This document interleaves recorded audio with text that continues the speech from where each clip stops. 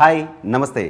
తన విలక్షణమైన నటనతో డిఫరెంట్ స్టైల్ ఆఫ్ డైలాగ్ డెలివరీతో 40 నట వసంతాలు పూర్తి చేసుకున్న అగ్ర హీరో మోహన్ బాబు గారు.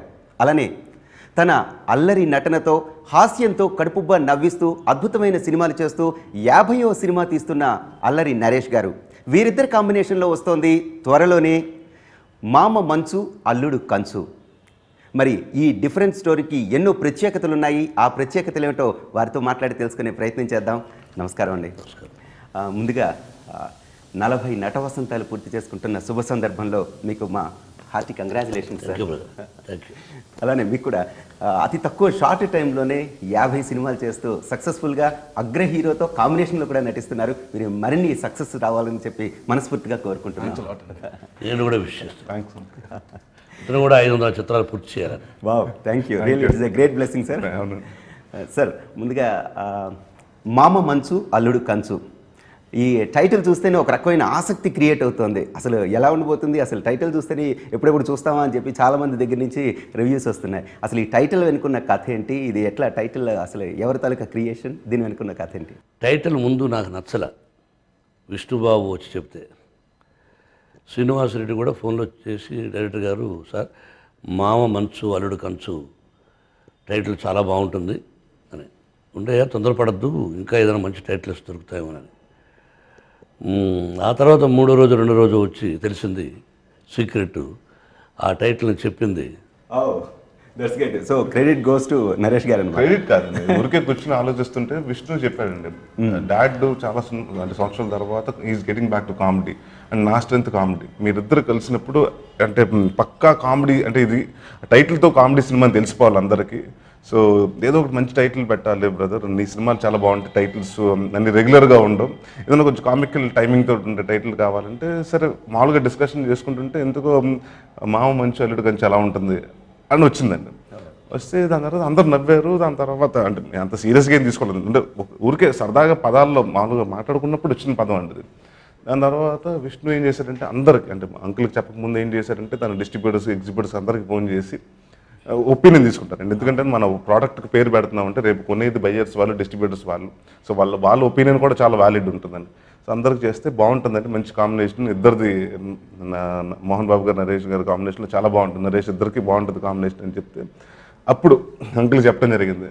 అంకుల్కి ఏంటంటే ఇంటి పేరు ఉంది కదా మంచు అనేది ఒక చిన్న ఇది, బట్ అది మేము పెట్టే ఉద్దేశం ఏంటంటే మామ మంచు అంటే మంచు అనేది మంచు లాగా కరిగిపోతారు, అండ్ కంచు అనేటప్పటికి ఒక ఐరన్ అంటే ఒక హాట్ అండ్ కోల్డ్ కాంబినేషన్లా ఉంటుందని పెడతాం జరిగిందండి. అంతేగాని ఇంటి పేరుకి దానికి సంబంధం లేదు. అదే లేదు, అంటే మంచు అంటే నిజంగా జనాలు కూడా అలానే రిసీవ్ చేసుకుంటున్నారు. ఎందుకంటే అల్లుడి గారిగా మంచు కంచులా నటించారు మీరు చాలా సినిమాల్లో, చాలా బ్లాక్ బస్టర్స్ కూడా అయ్యాయి ఇంతకుముందు. ఇప్పుడు ఒక్కసారిగా మామగారు మంచుగా మారేసరికి అది ఎట్లా అనిపించింది మీకు? హ్యాపీగానే ఉంది, అంటే ఫస్ట్ టైం ఈ టైపు. అదే అంటే మామ అనిపించుకోవడం అంత సినిమాలు కూడా ఫస్ట్ టైం.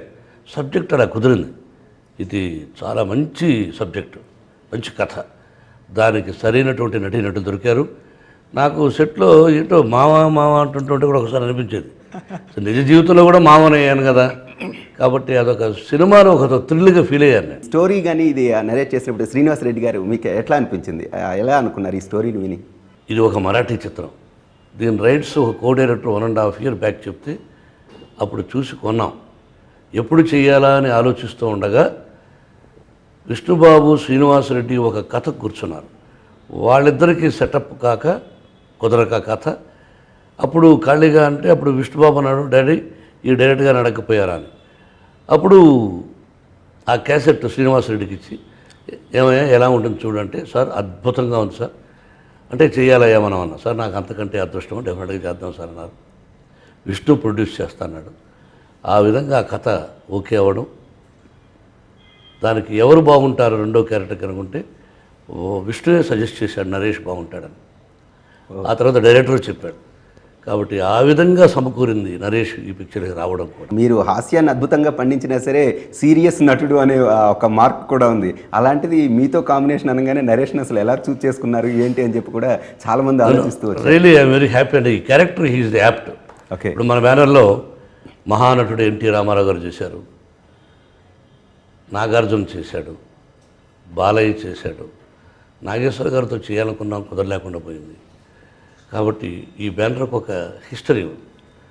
ఈ బ్యానర్లో మరి మళ్ళీ బాబు చేస్తున్నా అంటే really we feel proud for that. మీ నరేష్ గారు మీకు ఎలా అనిపించింది? అంటే ఒక సీనియర్ నటుడు అందులోని సిన్సియర్గా టైం పంక్చువల్గా ఉండే ఒక నటుడితో కలిసి నటించాలి, కాంబినేషన్ ఉంటుంది అనుకుంటే మీరు ఎట్లా ఫీల్ అయ్యారు అసలు అంటే కథ విన్నప్పుడు? కానీ సీడీ పంపించారు, చూసిన తర్వాత బాగుంది, స్టార్ కాస్ట్ అంతా ఫిక్స్ అయిందండి. రమ్య గారు వీళ్ళందరూ బోర్డుకి వచ్చారు. దాని తర్వాత ఏంటంటేనండి షూటింగ్కి వెళ్తున్నాం. సో టైమింగ్ అంటే ఆయన ఏ టైమింగ్ చెప్తే ఆ టైమింగ్ వచ్చామండి.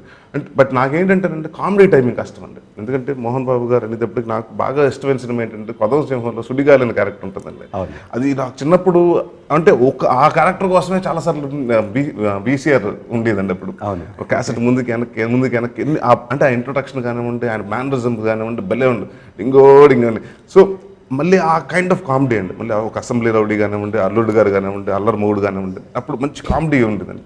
దాని తర్వాత అంకుల్ ఆయన కొన్ని సీరియస్ పాత్రలు చేయడం జరిగినాయి. దాని తర్వాత రౌడీ లాంటి అంటే విలక్షణ క్యారెక్టర్స్ చేయడం జరిగింది. బట్ అగైన్ మళ్ళీ చాలా సంవత్సరాల తర్వాత is getting back to comedy. So అది డెఫినెట్గా ఉంటుందండి. ఎందుకంటే ఆయన అసలు కామెడీకి అంటే అసలు యాక్టింగ్ అంటే ఆయన కామెడీ ఎరగ తీసేస్తారు, సీరియస్ అంటే ఏదైతే అది. సో మనకేంటంటే కొంచెం కాన్షియస్గా ఉండాలి. ఎందుకంటే టైమింగ్ ఎలా ఉంటుందో తెలియదు, బట్ ఇద్దరిది సింక్ అవ్వాలి. అంటే ఆయన యాక్షన్కి నా రియాక్షన్ సరిగ్గా ఉండాలి, సో పర్ఫెక్ట్గా ఉండాలండి. సో అది ఫస్ట్ డే ఒక్క రోజు మాత్రం ఉంటుందండి. అంటే షూటింగ్ వెళ్ళగానే ఒక సెషన్, ఐస్ బ్రేకింగ్ సెషన్ లా ఉంటుంది కదండి. బట్ మా డైరెక్టర్ గారు ఏం చేశారు, ఫస్ట్ డే పెడతామే మామ అది నన్ను ఆయన ఏడిపించే సీన్, నేను ఏడిపించే సీన్ రెండు పెట్టారు. అబ్బో. సో ఏమైపోయిందంటే అదేంటి సార్ ఫస్ట్ డే నేను హెవీ సీన్ పెట్టారంటే లేదండి బాగానే ఉంటుందండి.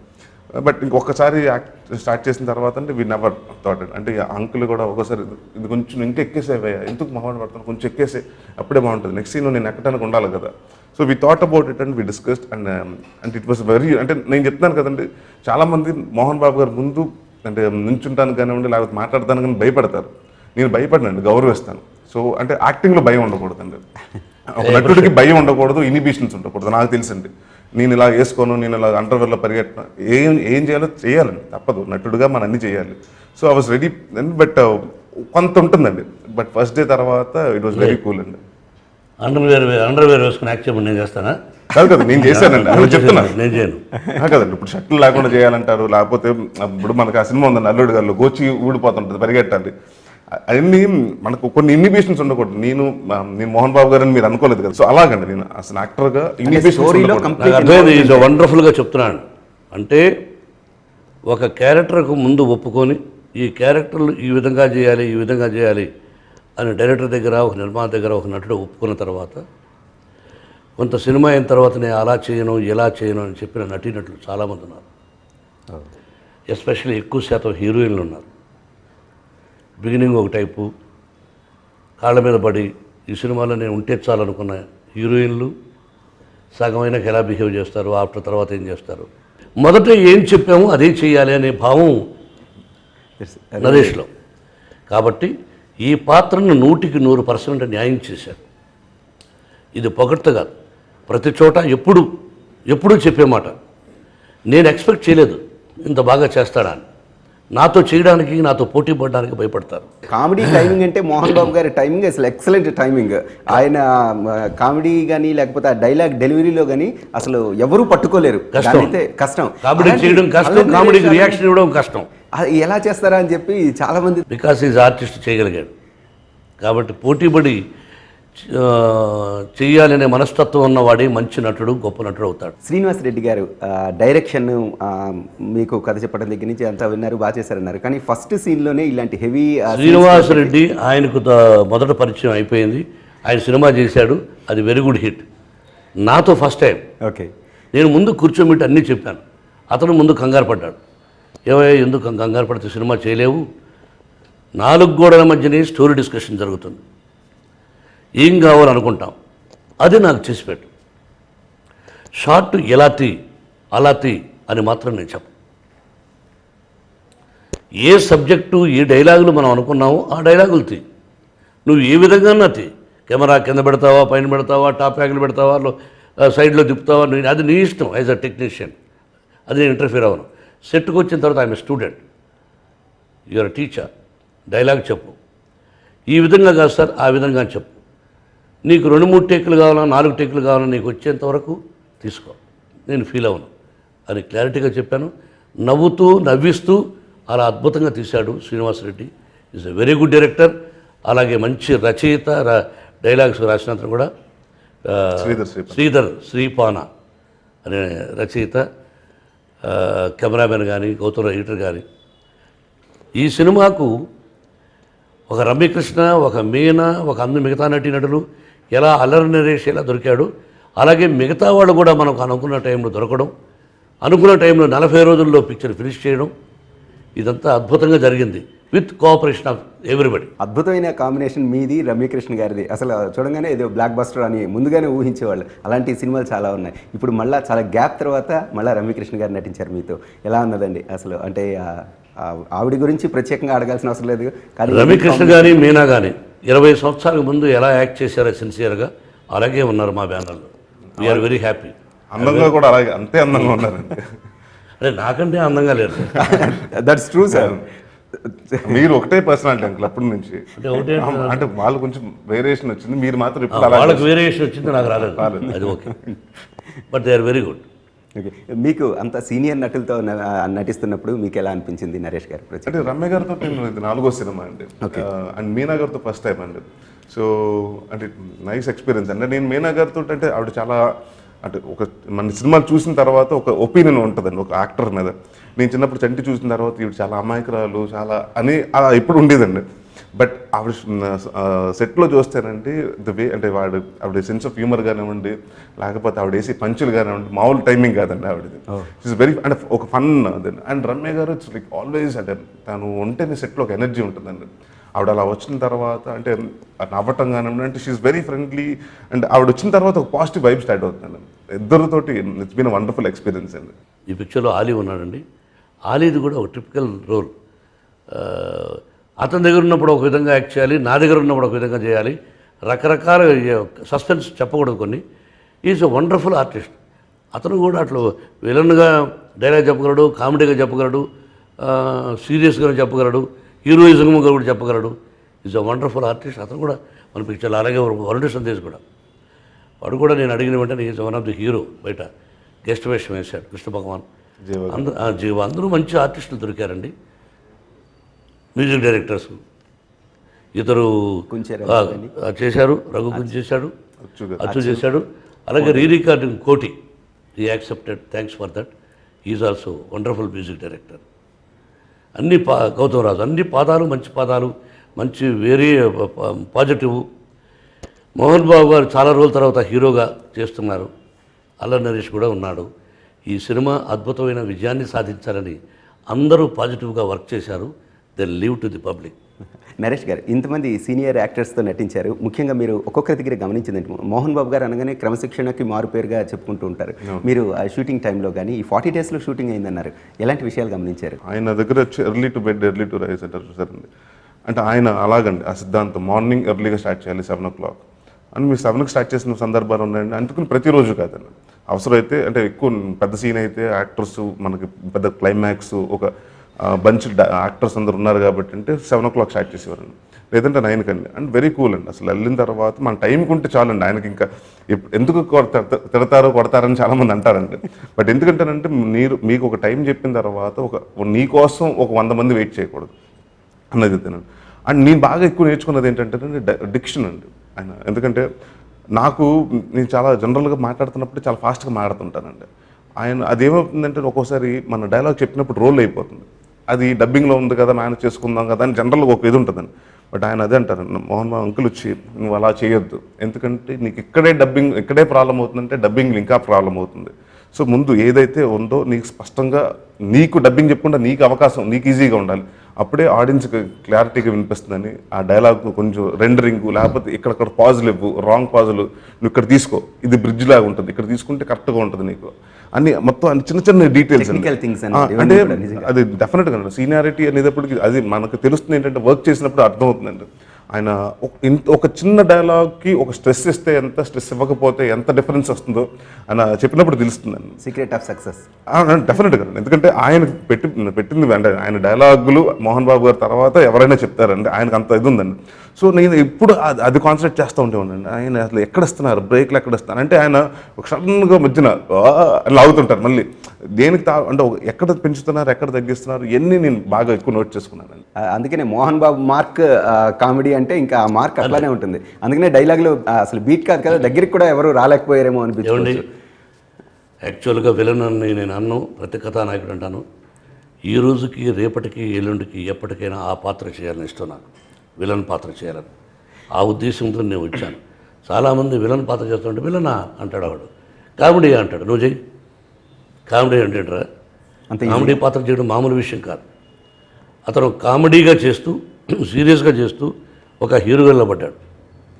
నేను ఎన్ని పాత్రలు అండి, 560 చిత్రాలు, ఒక్కొక్క పాత్రకు ఒక్కొక్క డైలాగు, ఎక్స్ప్రెషన్స్. అటు రామారావు గారు, నాగేశ్వర గారు, కృష్ణ గారు, సోమరావు గారు, కృష్ణరాజు గారు, ఇంతమందితో విలన్గా చేస్తూ ఒకే టైప్ చేయకూడదు. ఇక్కడ ఒక డైలాగు, అక్కడ ఒక డైలాగు, అక్కడ ఒక నొక్కాలి, ఇక్కడ నొక్కాలి. ఇది నేర్చుకున్నాం మా గురుగారు దాసనారాయణ గారి దగ్గర. ఈ సక్సెస్ఫుల్ 40 years జర్నీలో ఈ కథ ఈ టైప్ చేస్తే బాగుంటుంది, ఈ రోల్ చేస్తే బాగుంటుంది అని ఏమైనా ఉండిపోయిందా మీకు? కానీ ఉండిపోయినాయి, చాలా ఉన్నాయి. ఇది మంచి విజయాన్ని సాధిస్తుందని నమ్ముతున్నాను. సాధించిన తర్వాత సహజంగా ఇదే కాంబినేషన్కి ప్రయత్నం చేస్తారు నిర్మాతలు. స్వాగతం, సుస్వాగతం. కానీ నేను చేస్తే ఇతని బ్యానర్లో చేస్తాను. వావ్, లేకపోతే నరేష్ గారు బయట బ్యానర్లు అయితే ఆలోచించుకోవాలి, చేయాలా లేదా. అది షూటింగ్ చెప్పినప్పుడు ప్రామిస్ చేశారండి. అది కాబట్టి ఈవీ సినిమా బ్యానర్లో అయితే చేస్తాను, బట్ బయట బ్యానర్లో అయితే ఆలోచిస్తాను. ఈ సక్సెస్ను లెట్ హిమ్ క్యాష్ ఇట్ అనేది నా కోరిక. మీరు ఇందాక అన్నట్టుగా ప్రతి కథానాయకుడి పాత్ర అయితే నాకు ఎప్పటికీ ఒక డ్రీమ్ రోల్ అని చెప్పి అంటుంటారు. ప్రతి కథానాయకుడిగా మా ముందుకు వచ్చే అవకాశాలు ఏమైనా ఉన్నాయా? ఆల్రెడీ అలాంటి కథలు ఏమైనా ఆలోచిస్తున్నారు? మీకు ఎవరైనా దర్శకులు ఉంటే, నిర్మాతలు ఉంటే, ఇది దైవ సాక్షిగా చెప్తున్నమాట. ఆ ప్రతి కథానాయకుడు అంటే ఏంటి అనేది నిజమైన తెలిసిన దర్శకుడు ఉంటే తీసుకురండి, రేపే ఒప్పుకుంటాను. వింటున్నారు కదండి, తప్పనిసరిగా మోహన్ బాబు గారు రెడీగా ఉన్నారు ప్రతి కథానాయకుడి పాత్రలో అద్భుతంగా నటించడానికి. So are most welcome with wonderful stories. నేను మీ తరఫున రిక్వెస్ట్ పెట్టేశాను సార్. ఈ 50th మూవీ స్పెషాలిటీస్ ఏంటి? అంటే మోహన్ బాబు గారితో ఒక బిగ్ కాంబినేషన్ చేయడం అనేది ఒక స్పెషాలిటీ మాకు కనిపిస్తుంది. ఎట్లా అనిపించింది? అంటే స్పెషాలిటీ చాలా ఉన్నాయండి. అంటే ఒక హీరో 50th ఫిల్మ్కి ఇంకో హీరో ప్రొడ్యూస్ చేయటం అండి, విష్ణు, అదొక స్పెషాలిటీ అండి. అంటే జనరల్గా సాధారణంగా ఎవరికైనా వాళ్ళు అంటే మనం ఓన్గా చేసుకుందాం అని ఉంటుందండి. బట్ తను ఫార్వర్డ్ వచ్చి నేను 50th చేస్తానంటాం. And senior actors Mohan Babu గారితో ఫస్ట్ టైం చేయటం అండి. అండ్ ఇంకోటి ఏంటంటే ఇప్పటి వరకు ఆయన ఎవరికి అవకాశం వల్ల ఆయన మామగారిని పిలిచే అవకాశం నాకే ఇచ్చారు. సో అదొకటి అండి. బట్ బ్యూటిఫుల్ రమ్య గారితో, అలాగే మీనా గారితో అవకాశం అండి. సో ఇట్స్ అంటే ఒక 50th ఫిల్మ్కి ఏదైతే పెద్ద ప్లాట్ఫామ్ కావాలో అంత దానికంటే మించి పెద్ద ప్లాట్ఫామ్ ఉందండి. So I couldn't ask for అంటే మోర్ దెన్ దిస్ అండి. 50th film can't be better than this. తను 50వ చిత్రం సోలోగా తీసుకోవాలి అనే కోరిక కలిగిందని విన్నాను. I appreciate for that. ఎవరికైనా, నాకైనా, అతనికైనా, రేపు విష్ణుకైనా, మనోజ్కైనా, ఎవరికైనా 50వ చిత్రం సోలోగా ఉండాలి, ఇంకొక హీరో ఉండకూడదు అనే కోరిక ఉంటుంది. తప్పు కదా, ఆ కోరిక అతను ఉండింది. కానీ నా మీద ప్రేమతో, గౌరవంతో, ఇక కథ బాగుందా ఎన్ని బాగుందో పక్కన పెట్టినా లోపల ఎక్కడో నా మీద ఒక ప్రేమతో he accepted this. Really I'm grateful to Naresh. Sir, Yamadharmaraju MA, లేకపోతే రౌడీ అల్లుడు, ఆ తర్వాత రాయలసీమ రామన్న చౌదరి, ఇలాంటి చాలా పవర్ఫుల్ క్యారెక్టర్స్ మీరు చేశారు. ఇలాంటి పవర్ఫుల్ క్యారెక్టర్ మళ్ళీ కావాలని చెప్పి చాలామంది మీ ఆడియన్స్ కోరుకుంటున్నాం. ఆ స్టోరీని వెతుకుతున్నాం. తొందరలో ఒక మంచి పొలిటికల్ సినిమా, ఒక అసెంబ్లీ రౌడీ లాంటి సినిమా, ఒక రౌడీ గారు పెళ్ళాం, వీటన్నిటిలో కూడా పొలిటికల్ డైలాగ్స్ ఉన్నాయి. అవును, అద్భుతమైన డైలాగ్స్. దీనిలో కూడా పెట్టాలనుకున్నాం కానీ విష్ణుబాబు వద్దన్నాడు. డాడీ వద్దు, మనం ఏ పార్టీలో లేవు ఇప్పుడు. పార్టీలో ఉన్నప్పుడని కాదురా, ఉన్నా లేకపోయినా సమాజంలో జరుగుతున్నటువంటి అన్యాయాలను, ఎన్టీ రామారావు గారు పాలిటిక్స్లో లేనప్పుడు సొసైటీలో జరుగుతున్న అన్యాయాలను సినిమాల ద్వారా పెట్టేవారు, ఎంజీఆర్ గారు పెట్టేవారు. అలాగే నాకు ఇష్టం ఆ సినిమాలు చూసుకుంటే. కాబట్టి పెడదామంటే వద్దన్నాడు. నేను చెప్పినా కూడా విష్ణు కట్ చేయించేశాను. సో చాలా హై ఎక్స్పెక్టేషన్స్ ఉన్నాయి ఈ మూవీ మీద. మంచి కామెడీ, అంటే సింగిల్గా ఉంటేనే మోహన్ బాబు గారు అద్భుతమైన కామెడీ పంచులు వేస్తారు, అలానే నరేష్ గారు అంటే కామెడీతో కితకితలు పెడతారు. మరి ఈ ఇద్దరి కాంబినేషన్లో ఈ సినిమా వస్తుంది. సార్, ఎప్పుడు రిలీజ్ అవ్వబోతుంది ఈ సినిమా? డిసెంబర్ 2015, అంటే ఈ సంవత్సరం డిసెంబర్. అందరికీ పండుగే క్రిస్మస్ అంటే. కొంతమందికి క్రిస్టియన్స్కి మాత్రం పండగ, మనకు కాదని నేను భావించను. ఓకే, మనందరికీ పండగే క్రిస్మస్. ఆ క్రిస్మస్ రోజున విడుదల చేయబోతున్నాం. అందరికీ కితకితలు వెతబోతుంది ఈ movie. Yes, that's great. Naresh garu, స్పెషల్గా ఈ మూవీ గురించి ఏం చెప్పాలనుకుంటున్నారు వ్యూవర్స్కి? అంటే డెఫినెట్గా అండి ప్రతి మూవీ స్పెషల్ అనండి. బట్ ఇది 50th అనో లేకపోతే ఇది పక్కన పెడితేనండి, అల్లరి మొగుడు అంటే అది ఎంత సినిమా ఎంత పెద్ద హిట్టో తెలుసు. బట్ దానికి అల్లరి నేను వచ్చాను, అల్లరి నరేష్ యాడ్ అయితే ఎంత నవ్వుకుంటుందో ఎక్కువ డబుల్ అవుతుందండి, ఎన్హాన్స్ అవుతుంది డబుల్. సో మీరు ఏదైతే ఎక్స్పెక్టేషన్స్ పెట్టుకున్నారో అంటే ఇట్స్ కొని బి కంప్లీట్, అంటే చాలా అంటే రోజుల తర్వాత అంకుల్ పూర్తిగా అంటే ఇట్స్ కొని బి ఒక్క నిమిషం ఎంత ఉంటుందండి అంతే సినిమాలో, ఒక సెంటిమెంట్ సీను ఎక్కడ సెంటిమెంట్ లేకుండా ఆద్యాంతం రైట్ ఫ్రమ్ స్టార్టింగ్ నుంచి ఎండ్ క్రెడిట్స్ వరకు కామెడీగానే ఉంటుంది. సో మీ టెన్షన్స్ అన్నీ ఇప్పుడున్న మెకానికల్ లైఫ్లో ప్రతి ఒక్కరికి ఒక టెన్షన్స్ ఉంటాయండి, అది ఆ 2 గంటలు హ్యాపీగా మర్చిపోయి ఎంజాయ్ చేస్తారు. సో నాకు అంటే మీరు ఏదైతే ఎక్స్పెక్టేషన్ పెట్టుకుని వస్తున్నారో ఆ ఎక్స్పెక్టేషన్తో రండి, దాని మించి సినిమా ఉంటుంది. I can promise that. That's great అండి. Thank you very much Mohan Babu గారు అండి. Thank you very much Naresh గారు. చూశారు కదా, అల్లరి మొగుడుతో అల్లరి నరేష్. నిజంగా ఇది చాలా అల్లరి చేసే మూవీ, ఎంతో ఆనందంగా ఫ్యామిలీ వచ్చి చూడాల్సిన అద్భుతమైన మూవీగా ఇది నిలుస్తుంది అంటున్నారు. December 25th రాబోతున్న ఈ మూవీ కోసం అందరూ ఈగర్గా వెయిట్ చేస్తున్నాం. ఇది వాటి చిట్ చాట్. నమస్తే.